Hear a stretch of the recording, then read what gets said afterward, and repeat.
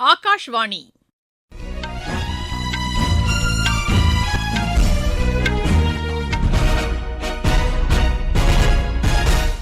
செய்திகள் வாசிப்பவர் சுமித்ரா ரத்னம். தலைப்புச் செய்திகள்: நாட்டின் வளர்ச்சியில் ஒடிஷா மாநிலம் முக்கிய பங்கு வகித்து வருவதாக பிரதமர் திரு நரேந்திர மோடி தெரிவித்துள்ளார். நாட்டில் சில்லறை டிஜிட்டல் பண பரிவர்த்தனை கடந்த 12 ஆண்டுகளில் 100 மடங்கு அதிகரித்துள்ளதாக ரிசர்வ் வங்கி கூறியுள்ளது. முல்லைப் பெரியாறு அணை உறுதியாக உள்ளதாக உச்சநீதிமன்றம் தெரிவித்துள்ளது. பிற்படுத்தப்பட்ட, மிகவும் பிற்படுத்தப்பட்ட மக்களின் முன்னேற்றத்திற்காக மாநில அரசு பல்வேறு நடவடிக்கைகளை மேற்கொண்டு வருவதாக தமிழக முதலமைச்சர் திரு மு க ஸ்டாலின் கூறியுள்ளார். 19 வயதுக்குட்பட்டோருக்கான உலகக்கோப்பை மகளிர் டுவெண்டி கிரிக்கெட் போட்டியில் ஸ்காட்லாந்துக்கு எதிரான ஆட்டத்தில் இந்தியா முதலில் பேட் செய்து வருகிறது. இனி விரிவான செய்திகள். நாட்டின் வளர்ச்சியில் ஒடிஷா மாநிலம் முக்கிய பங்கு வகித்து வருவதாக பிரதமர் திரு நரேந்திர மோடி தெரிவித்துள்ளார். புவனேஸ்வரில் இன்று ஒடிஷா உலக முதலீட்டாளர்கள் மாநாட்டை தொடங்கி வைத்த அவர் இம்மாநாட்டையொட்டி நடைபெறும் உற்பத்திக்கான ஒடிஷா கண்காட்சியையும் திறந்து வைத்தார். நிகழ்ச்சியில் பேசிய பிரதமர், இந்த மாநாடு ஒடிஷாவின் வரலாற்றில் மிகப்பெரிய முதலீட்டாளர்கள் மாநாடாக அமையும் என்று கூறினார். இதற்கான ஏற்பாடுகளை செய்த ஒடிஷா மாநில அரசுக்கும் அவர் பாராட்டு தெரிவித்தார். மேலும் நாட்டின் வளர்ச்சியில் கிழக்கு மாநிலங்கள் முக்கிய பங்கு வகிக்கும் என்று நம்புவதாகவும் பிரதமர் குறிப்பிட்டார். உலகின் முன்னேற்றத்திற்கு இந்தியா பெரும் பங்களிப்பை வழங்கி வரும் நிலையில் நாட்டின் கிழக்கு மாநிலங்கள் அதில் குறிப்பிடத்தக்க பங்களிப்பை வழங்கி வருவதாகவும் திரு நரேந்திர மோடி தெரிவித்தார். நாட்டில் சில்லறை டிஜிட்டல் பண பரிவர்த்தனை கடந்த 12 ஆண்டுகளில் 100 மடங்கு அதிகரித்துள்ளதாக ரிசர்வ் வங்கி தெரிவித்துள்ளது. இது தொடர்பாக அந்த வங்கி வெளியிட்டுள்ள அறிக்கையில், கடந்த 2012-13 நிதியாண்டில் 162 கோடியாக இருந்த சில்லறை டிஜிட்டல் பண பரிவர்த்தனைகள் 2023-24 நிதியாண்டில் 16,416 கோடி பரிவர்த்தனைகளாக அதிகரித்துள்ளதாக கூறப்பட்டுள்ளது. பண பரிவர்த்தனை கட்டமைப்பு மற்றும் பண பரிவர்த்தனை செயல்பாட்டு குறியீடுகளும் கடந்த 6 ஆண்டுகளில் 4 மடங்குக்கும் அதிகமாக உயர்ந்துள்ளதாக அந்த அறிக்கையில் தெரிவிக்கப்பட்டுள்ளது. கடந்த 10 ஆண்டுகளில் நாட்டின் ஒட்டுமொத்த டிஜிட்டல் பண பரிவர்த்தனைகளும் அதிகரித்துள்ளதாகவும் ரிசர்வ் வங்கி கூறியுள்ளது. வெளிநாடுகளுடனான விரைவு பண பட்டுவாடா நடைமுறைகளை இணைப்பதன் மூலம் குறைந்த செலவில் தடையற்ற பரிவர்த்தனைகளை மேற்கொள்வதிலும் ரிசர்வ் வங்கி கவனம் செலுத்தி வருவதாகவும் தெரிவிக்கப்பட்டுள்ளது. சுதந்திர போராட்ட வீரர் பஞ்சாப் கேசரி என்று அழைக்கப்படும் லாலா லஜபதி ராயின் பிறந்த நாளையொட்டி தகவல் ஒலிபரப்புத்துறை இணையமைச்சர் திரு எல் முருகன் அவருக்கு மரியாதை செலுத்தியுள்ளார். சமூக வலைதளத்தில் அமைச்சர் வெளியிட்டுள்ள பதிவில், நாட்டின் விடுதலையில் லாலா லஜபதி ராயின் பங்களிப்பு மக்களுக்கு தொடர்ந்து ஊக்கமளிக்கும் என்றும் குறிப்பிட்டுள்ளார். வளர்ச்சியடைந்த மற்றும் சுயசார்பு இந்தியாவை உருவாக்குவதற்கான லஜபதி ராயின் கனவை நனவாக்க உறுதி ஏற்போம் என்றும் திரு எல் முருகன் தெரிவித்துள்ளார். முல்லைப் பெரியாறு அணை உறுதியாகவும் நிலையானதாகவும் உள்ளது என்று உச்சநீதிமன்றம் தெரிவித்துள்ளது. அணையின் பாதுகாப்பு தொடர்பான மனுவை இன்று விசாரித்த நீதிபதி திரு ரிஷிகேஷ் ராய் தலைமையிலான அமர்வு 135 ஆண்டுகளை கடந்தும் இந்த அணை உறுதியாக இருப்பதாக கூறியுள்ளது. இதற்காக அணையை கட்டிய பொறியாளர்களுக்கு நன்றி தெரிவிக்க வேண்டும் என்றும் நீதிபதிகள் குறிப்பிட்டனர். அணை உடைந்துவிடும் என்ற அச்சம் தேவையில்லை என்றும் உச்சநீதிமன்றம் தெரிவித்துள்ளது. மேலும் இந்த மனுவை முல்லைப் பெரியாறு அணை தொடர்பான பிரதான வழக்கை விசாரித்து வரும் அமர்வுக்கு மாற்றியும் நீதிபதிகள் உத்தரவிட்டனர்.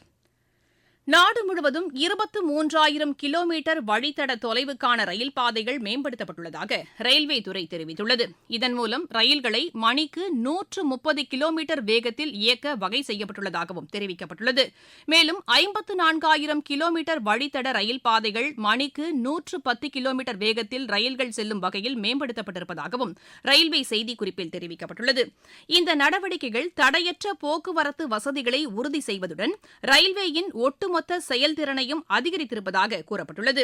தண்டவாளங்கள் சீரமைக்கப்பட்டிருப்பதோடு அதிநவீன சிக்னல்கள், தொலைத்தொடர்பு கட்டமைப்புகள் மேம்படுத்தப்பட்டிருப்பதுடன் விபத்துகளை தவிர்க்கும் வகையில் ரயில் பாதையை ஒட்டி வேலிகளும் அமைக்கப்பட்டிருப்பதாக தெரிவிக்கப்பட்டுள்ளது. மேலும் நடப்பு நிதியாண்டில் கடந்த டிசம்பர் மாதம் வரையிலான வருவாயும் முந்தைய ஆண்டை விட 4% அதிகரித்துள்ளதாகவும் ரயில்வே தெரிவித்துள்ளது. நீங்கள் கேட்டுக் கொண்டிருப்பது ஆகாஷ்வாணியின் செய்தி அறிக்கை.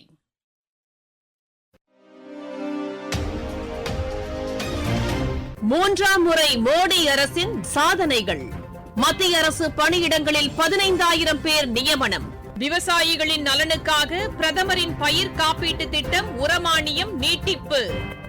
தேசிய மஞ்சள் வாரியம் உருவாக்கம். மத்திய அரசு ஊழியர்களுக்கான 8வது ஊதிய குழு. மருத்துவ படிப்புகளுக்கு புதிதாக 75,000 இடங்கள் உருவாக்கம்.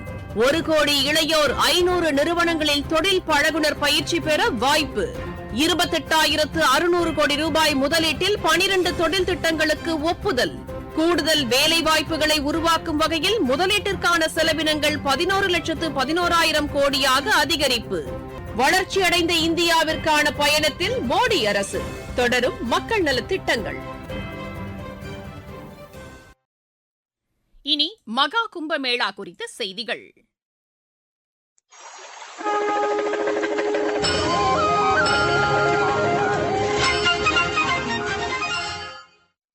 பிரயாக்ராஜில் நடைபெற்று வரும் மகா கும்பமேளா நிகழ்ச்சியில் இதுவரை 15 கோடிக்கும் மேற்பட்ட பக்தர்கள் திரிவேணி சங்கமத்தில் புனித நீராடியுள்ளதாக உத்தரப்பிரதேச அரசு தெரிவித்துள்ளது.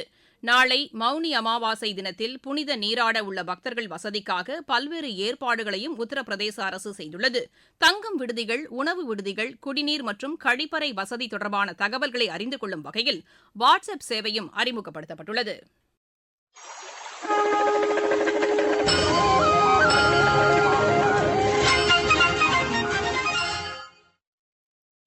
பிற்படுத்தப்பட்ட, மிகவும் பிற்படுத்தப்பட்ட மக்களின் முன்னேற்றத்திற்காக மாநில அரசு பல்வேறு நடவடிக்கைகளை மேற்கொண்டு வருவதாக தமிழக முதலமைச்சர் திரு மு க ஸ்டாலின் தெரிவித்துள்ளார். விழுப்புரத்தில் 425 கோடி ரூபாய் மதிப்பிலான முடிவுற்ற திட்டப்பணிகளை தொடங்கி வைத்து பேசிய அவர் இவ்வாறு கூறினார்.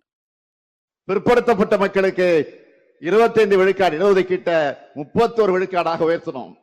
பட்டியலின மக்களோட இடஒதுக்கீட்டை 16 விழுக்காட்டிலிருந்து 18 விழுக்காடாக உயர்த்தணும். பழங்குடியினருக்கு 1 விழுக்காடு தனியா இடஒதுக்கீடு வழங்கணும். பின்னர் பிற்படுத்தப்பட்டோர்ல 20 விழுக்காட்டை பிரிச்சு வன்னியர் சமுதாயம் உள்ளிட்ட மிகவும் பிற்படுத்தப்பட்டோராக அறிவிச்சு தனி இடஒதுக்கீடு கொடுத்தோம். இஸ்லாமியருக்கு 3.5 விழுக்காடு உள்ஒதுக்கீடும், அருந்ததியினருக்கு 3 விழுக்காடு உள்ஒதுக்கீடு வழங்கணும். முன்னதாக வழுதரெட்டி பகுதியில் அமைக்கப்பட்டுள்ள சமூக நீதி போராளிகள் மணிமண்டபம் மற்றும் முன்னாள் அமைச்சர் கோவிந்தசாமியின் நினைவு அரங்கத்தையும் திரு மு க ஸ்டாலின் திறந்து வைத்தார். ISIS இயக்கத்திற்கு ஆள் சேர்த்த குற்றச்சாட்டின் பேரில் சென்னையைச் சேர்ந்த இளைஞர் ஒருவரை தேசிய புலனாய்வு முகமை அதிகாரிகள் இன்று கைது செய்தனர்.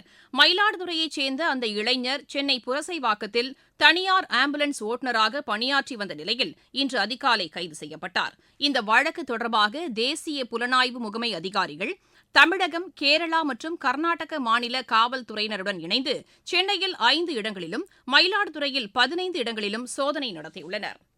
இந்தியாவில் உள்ள உயர்கல்வி நிறுவனங்கள் மற்றும் பல்கலைக்கழகங்களில் 2025-26 கல்வியாண்டில் பயில வரும் இலங்கை மாணவர்கள் 200 பேருக்கு கல்வி உதவித்தொகை வழங்கப்படும் என்று இலங்கைக்கான இந்திய தூதரகம் அறிவித்துள்ளது.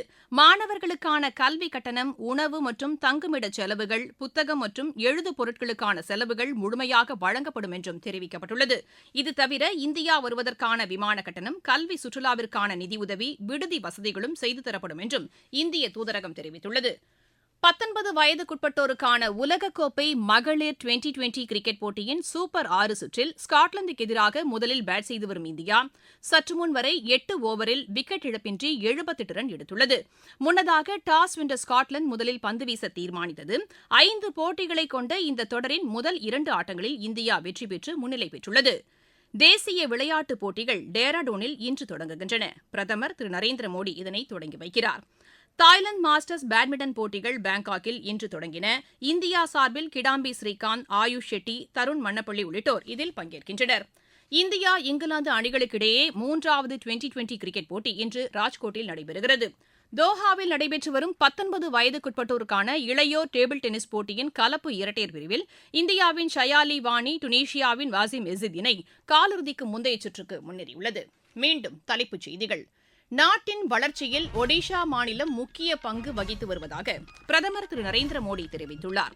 நாட்டில் சில்லறை டிஜிட்டல் பண பரிவர்த்தனை கடந்த 12 ஆண்டுகளில் 100 மடங்கு அதிகரித்துள்ளதாக ரிசர்வ் வங்கி கூறியுள்ளது.